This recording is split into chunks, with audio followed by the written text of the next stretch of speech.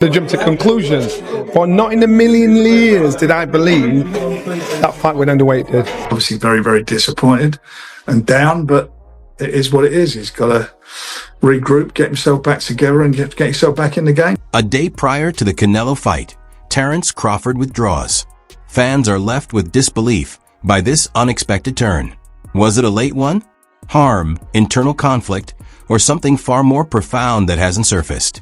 Tonight, there is a lot of chatter going around the boxing community, and the timing seems too strange. He drops a bit of the rope, so that's it. Tommy Weeks starts a fight. And I guarantee, fight night.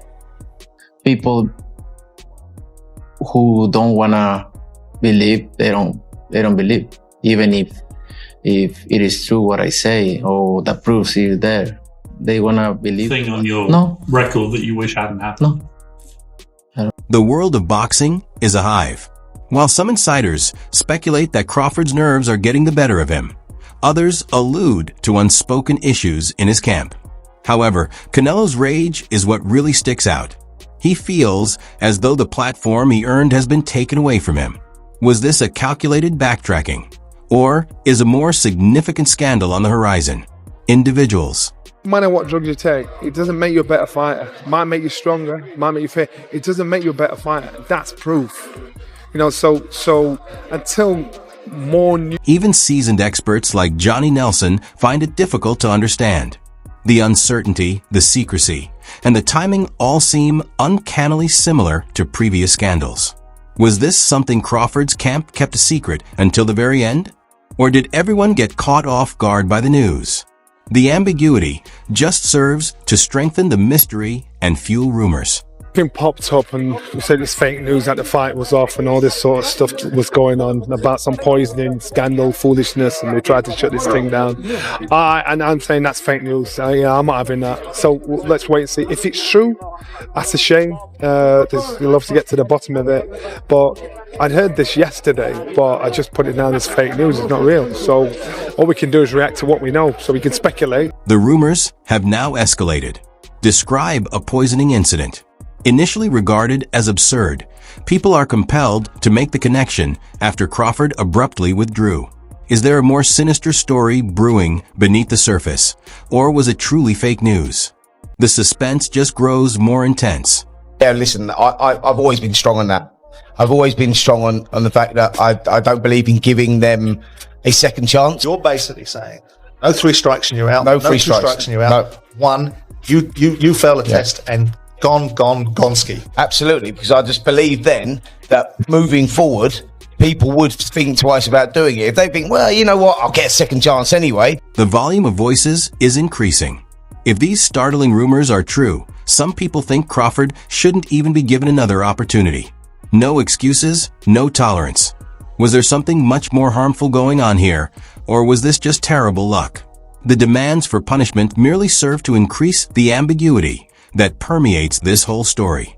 Not like that. People schedule fights and then they pull out, oh, I was injured.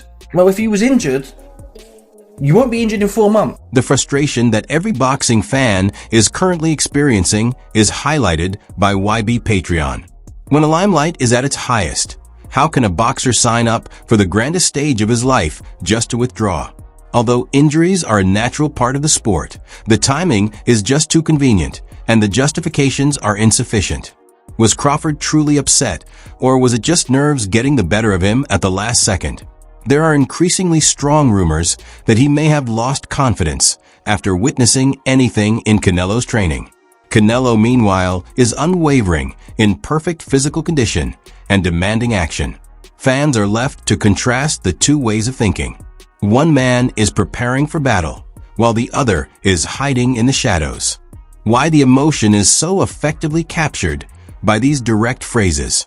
Crawford is currently refusing to provide the answers that boxing needs.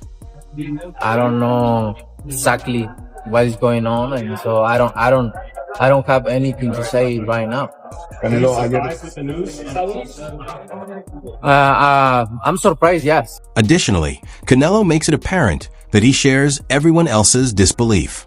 Although Canelo Alvarez answers with cool professionalism, you can tell he's disappointed and angry. He is unaware of the specifics. And that's precisely the issue. No one does. This abrupt absence leaves everyone in suspense. Was it an ailment, a state of psychological turmoil, or was Crawford just beginning to doubt himself? Canelo has never backpedaled in the face of a variety of opponents. Millions of people share his surprise because the timing is absurd. Why hold off on leaving till the very last minute? Although Canelo's poise in this situation is impressive, supporters are aware that he must feel cheated out of the fight he trained for behind the scenes. People will naturally question whether anything larger or darker has been concealed when the year's biggest fight abruptly ends. We currently only have Canelo's shock response and hearsay. And what he wants to do. He wants to fight the best guy available. He was ready to fight the best guy available, the world champion. So give me the next best guy.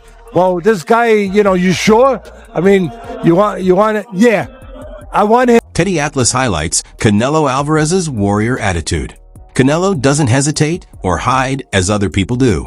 He requests the most difficult task possible, regardless of the danger. That is the definition of grandeur. Crawford's choice to withdraw at the last minute, however, conveys a very different message. Was he aware that increasing his weight would reveal his limitations? Or did the bright lights only make you feel cold?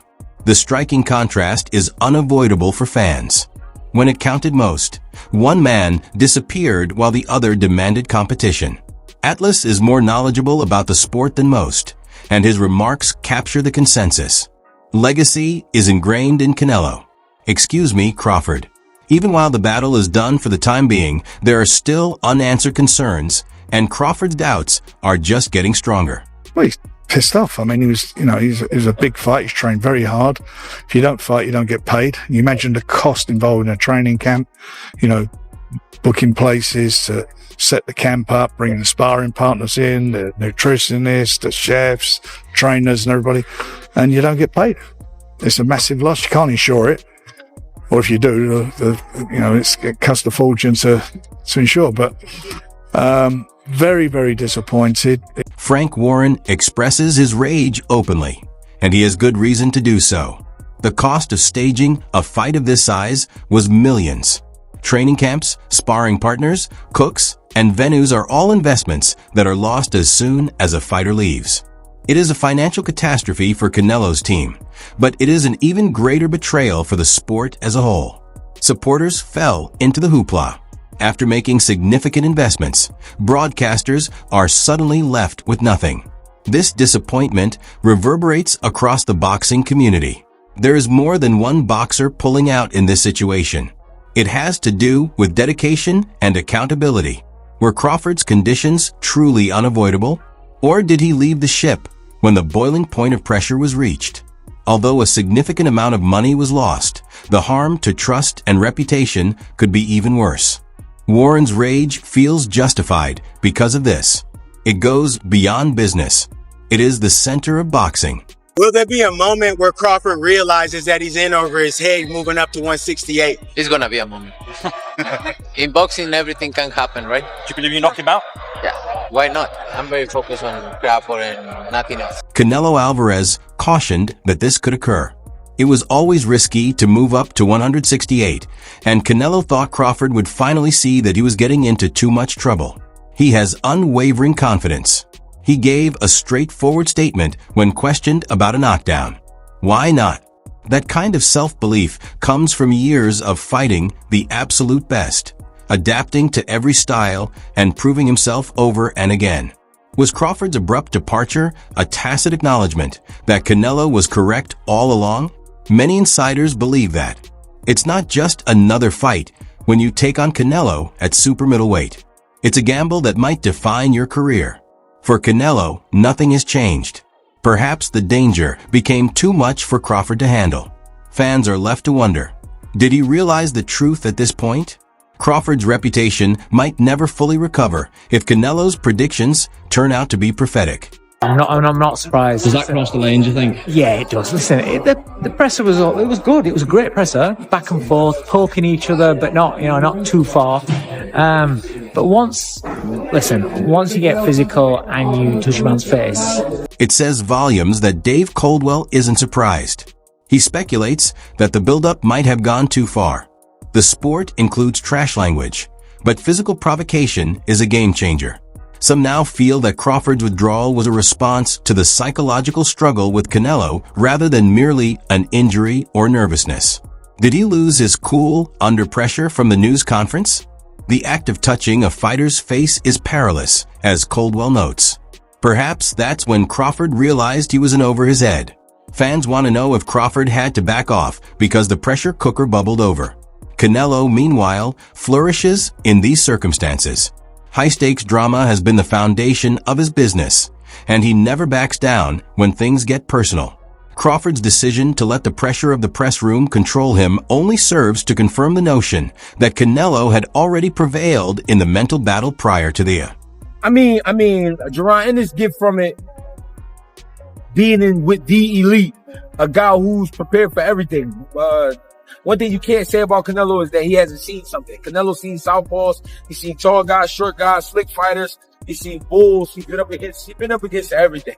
So you get a world of experience with a guy like Canelo. You get a guy who's in full confidence with a guy like Canelo. So with that type of boxing, I would see Canelo really not worried about so much of what Boots trying to do to him, but really just paying attention to him. But then it's the same, like, I don't know, I can see Boots kind of like, I think the mindset for Boots would be not only to prove I can hang, but to also be trying to see what will come with this shit. Greg Hackett is excellent. Canelo Alvarez has witnessed everything. There are sluggers, pressure fighters, technicians, southpaws, and every other style conceivable. He approaches every battle with complete confidence because nothing surprises him anymore due to his depth of experience. And that's precisely the reason Crawford's withdrawal seems so dubious. Even the most skilled opponents can be overcome by nervousness when confronted with a fighter with Canelo's raise. According to Hackett, Canelo is not afraid of what people bring. He only examines and breaks it down. Had Crawford observed Canelo's camp sharpening each weapon, would he have understood this too late? Before the truth set in, fans are already speculating that Crawford might have overestimated Canelo's completeness. Hackett makes an obvious point. When you fight Canelo, you're up against not only one man, but also the weight of decades of top-tier experience. Perhaps Crawford realized that fact, and that he wasn't prepared to bear that load in the spotlight. Likes to wait. It has to be all at Canelo's rate and pace. Right. He's not going to get that way with Terence Crawford. I just think Terence Crawford will outwork him, will pot shot him, and I think he'll win on points. And by the way, if I'm wrong and Canelo does defeat Terence Crawford as the first man to beat him, he deserves so much. Tony Bello presents a more impartial perspective. He thinks Canelo might have been disturbed by Crawford's actions. However, there is a telling comment in his analysis as well. He deserves so much if Canelo defeats him that the supposition revolves around his conditional statement. Was Crawford aware that he would eventually be overwhelmed by Canelo's dictated pace?